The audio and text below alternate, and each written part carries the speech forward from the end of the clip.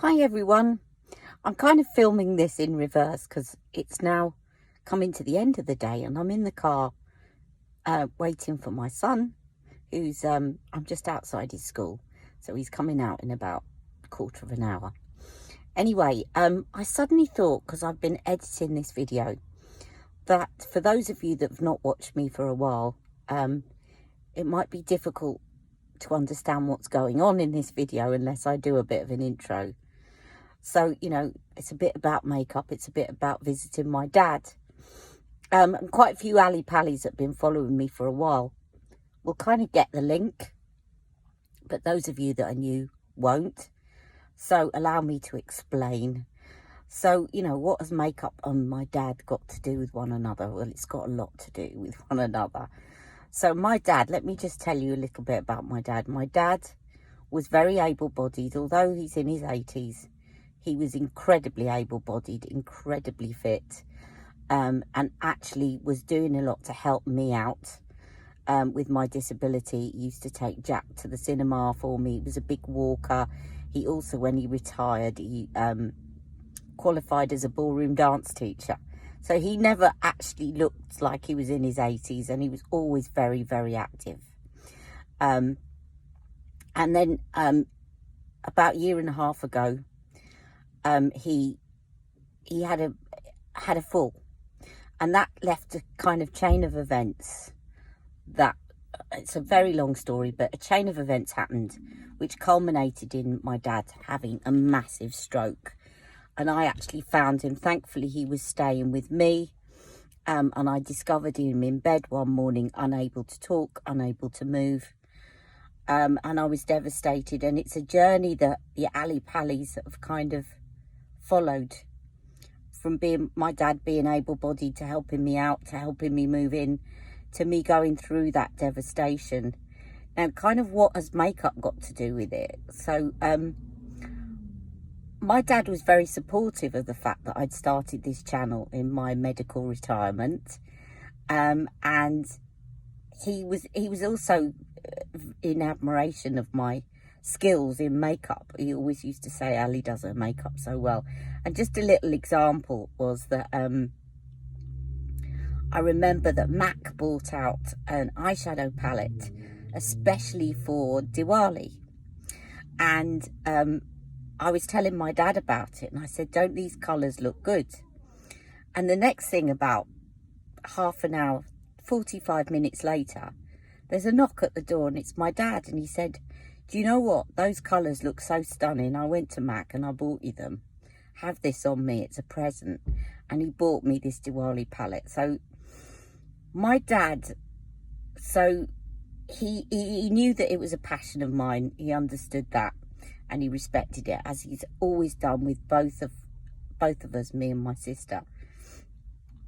And very early on, after he had the stroke, I was devastated. I wasn't on this planet. We didn't know if he was going to live or die. But as soon as my dad started to regain consciousness a little bit, I always thought, I've got to get my makeup on. One, because it made me feel stronger. And secondly, because I thought, if my dad opens his eyes and sees me without makeup on, he's going to panic and think, what's wrong? Am I dying? Because he was so used to seeing me with makeup on, and he would see that as an indicator that something was really badly wrong. So I always make sure that I've got my face on before I go and see my dad, because that gives him, I think, comfort that all is okay. So that's how the two things link together. And also for the Ali Pallies that have followed me on this journey, and know how difficult it's been, especially as my dad had the stroke just before the COVID thing took place. He just got into a nursing home, and we were visiting him every day, and then all of a sudden we had to stop.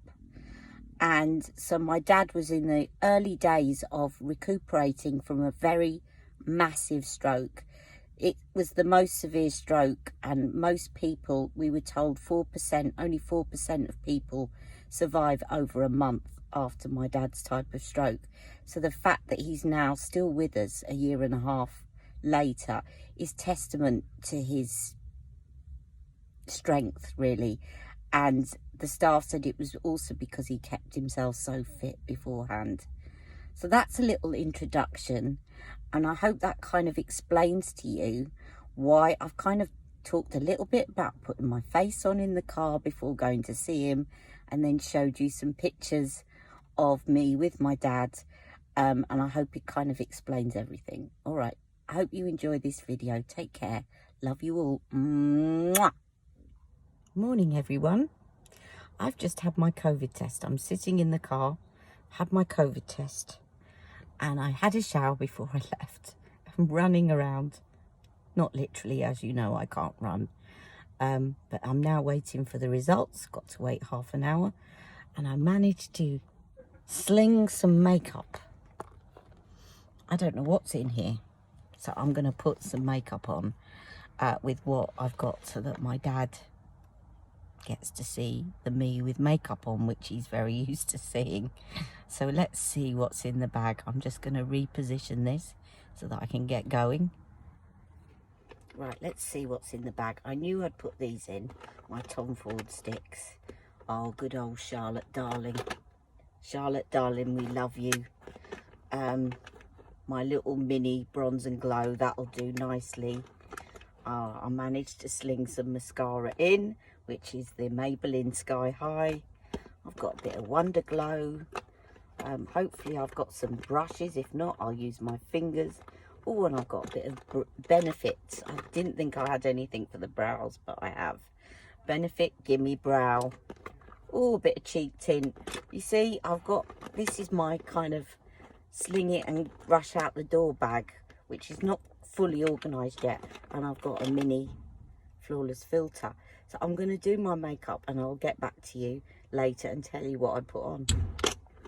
Because I think I just need to get on and do it.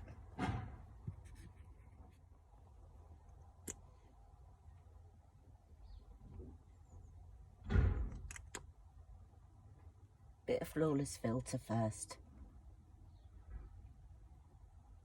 Right, I'll blend that in and I'll be right back. Do you know what? I'm going to leave it at flawless filter for my base because my skin is looking lovely and glowy.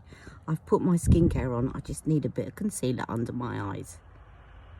I didn't have concealer, so I've just used my Tom Ford on my fingers. Pigment is pigment. Right, I'm going to put a bit of bronze and glow on and a bit of Charlotte Darling, and I'll be right back. Okay, I stopped filming every step because I thought I was going to run out of time. But I've got Copper Sunrise on as a base on my eyes. I managed to sling that in, and then Charlotte Darling over the top. I've got Colour of Dreams blush on, and I've got a bit of skin hanging off my lip, which is annoying me. Anyway, I managed to find Superstar Lips in Pillow Talk, which goes okay with this. So I'm all ready now to visit my dad. Can't wait. See you all later.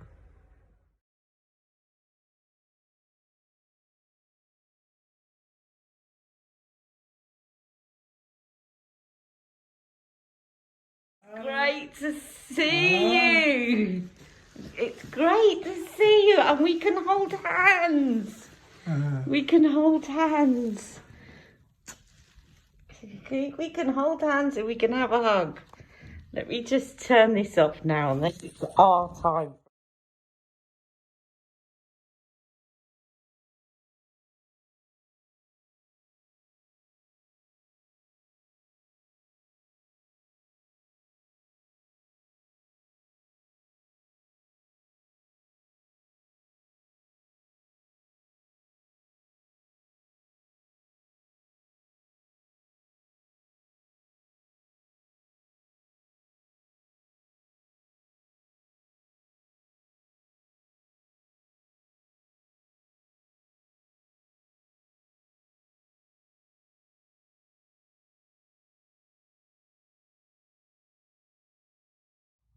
Right, I'm back from visiting my dad. It was lovely.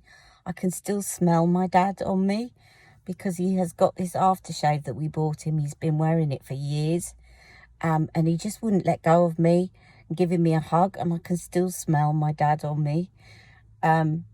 It's so heartbreaking though, because only one of us is allowed to visit. You have to have a nominated visitor.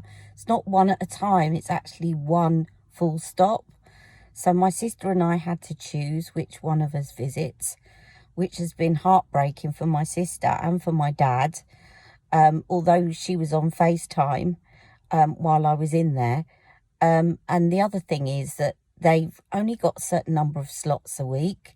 So in theory, we can visit every week, but only if they've got the slots. And as I was going, the administrator was at the door saying, time to leave. And I said, Dad, I'll see you next week if I can get a slot. And she kind of pulled a face. And on the way out, she said, I think all the slots are taken for next week. So the reality is that we can't visit every week, and visiting is not back to normal yet. And that we're, you know, my dad's relying on that half an hour. It's such precious time to him, but the reality is once a fortnight by one daughter out of two that he loves equally. Not blaming the home for that. They have to follow the rules, but the rules need to be updated. We're having COVID tests to go in. We've been vaccinated, both of us. You know, we realise that the things that need to be careful. And of course, we don't want Dad to get COVID. He's been vaccinated. Only 85% of the carers working with him have been vaccinated. And yet they're allowed to spend time with my dad. And I'm not. Does that make sense? No. This all needs to be reviewed. Okay, I'm going to say goodbye for now. Hope you've enjoyed this video.